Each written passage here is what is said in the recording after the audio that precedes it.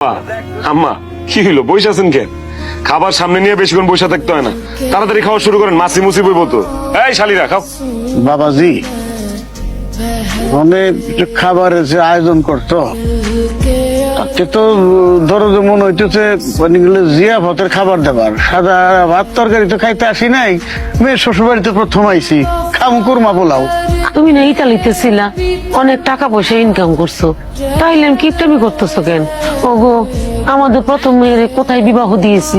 আল্লাহ, কোথায় বিয়ে দিলাম? হ্যাঁ, জানলাম না, শুনলাম না, আন্দাজে আজকে মেয়েটার বিয়ে দিয়ে দিলাম। মেয়েটার কপাল পুরাইলাম এইভাবে। এই ছেলে সংসার করা পারবো না, ও না খেয়ে মারবো, না খাওয়াই মারবো। চলো মেয়ের নিয়ে বাদ চলো। তুমি ঠিকই বলেছো, এই কিপটার সংসার আমার মেয়ে করতে পারবে না। ও মা চল বাড়ি চল, তোরে নিয়ে যাবো। কয়েকদিনের সংসার, কোনো সমস্যা নাই, ভালো বিয়ে দিতে পারবো। চল চল। আমি যাবো না। যাবি না মানে?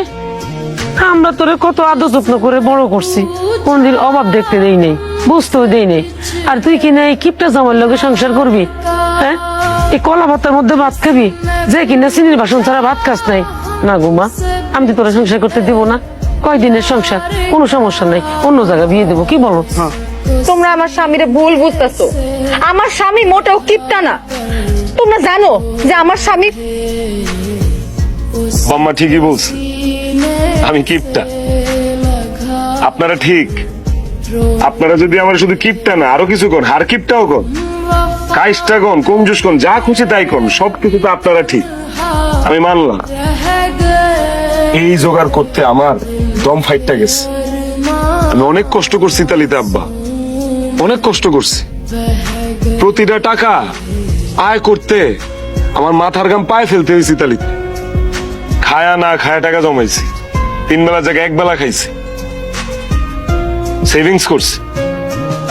কারণ দেখছি তখন আমগর যারা প্রবাসী ভাই ব্রাদার ছিল দেশে আইতো, সেভিংস রাখতে পারতো না, ইচ্ছা মতো টাকা পাঠাইতো দেশে, পরিবারের লোকজন উড়াইতো, নষ্ট করতো, নিজে দেশে আইসা 70, তারপর আবার প্রবাসে যাইতো, আত্মহত্যা করতো। আমি ওই অন্ধকার ভবিষ্যতে যাইতে চাইনি। কারণ দিন শেষে আমরা যারা প্রবাসী দেশে আইসা আমগর যদি সেভিংস না থাকে, আমরা আসলে আর কিছুই পাই না।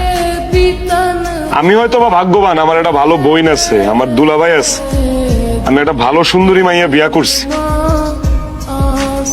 আপনাদের মাইয়াও আমার শুরুতে কিপটা মনে করতো, কিন্তু এখন জিগান ও আমার আর কিপটা কইব না। কারণ ও দেখছে আমি ওর জন্য কি কি নিয়ে আইছি। ওরা নতুন কইরা আমার কাছে কোনো দাবি দাওয়া করা লাগে নাই, কোনো কিছু চাওয়া লাগে নাই, আবদার করা লাগে নাই। আমি চিন্তা করছি যে আমি যারা বিয়া করুম তারে আমি সোনা গয়না দিয়া ভরাই দিব, তার যা যা লাগে আমি সবকিছু নিয়ে আসুম। আনি নাই। দিন শেষে আমরা প্রবাসীরা যদি সেভিংস না করি, আমাদের পরিণাম হয় খুব ভয়াবহ। কারণ আমরা প্রবাস জীবন শেষ করে এমন একটা সময় দেশে আসি যে সময় আমাদের নতুন করে কোনো কিছু করার সুযোগ থাকে না, না শরীরে বল থাকে, না বয়স থাকে, কিছুই থাকে না। তখন আমরা হয়ে যাই নিঃস্ব।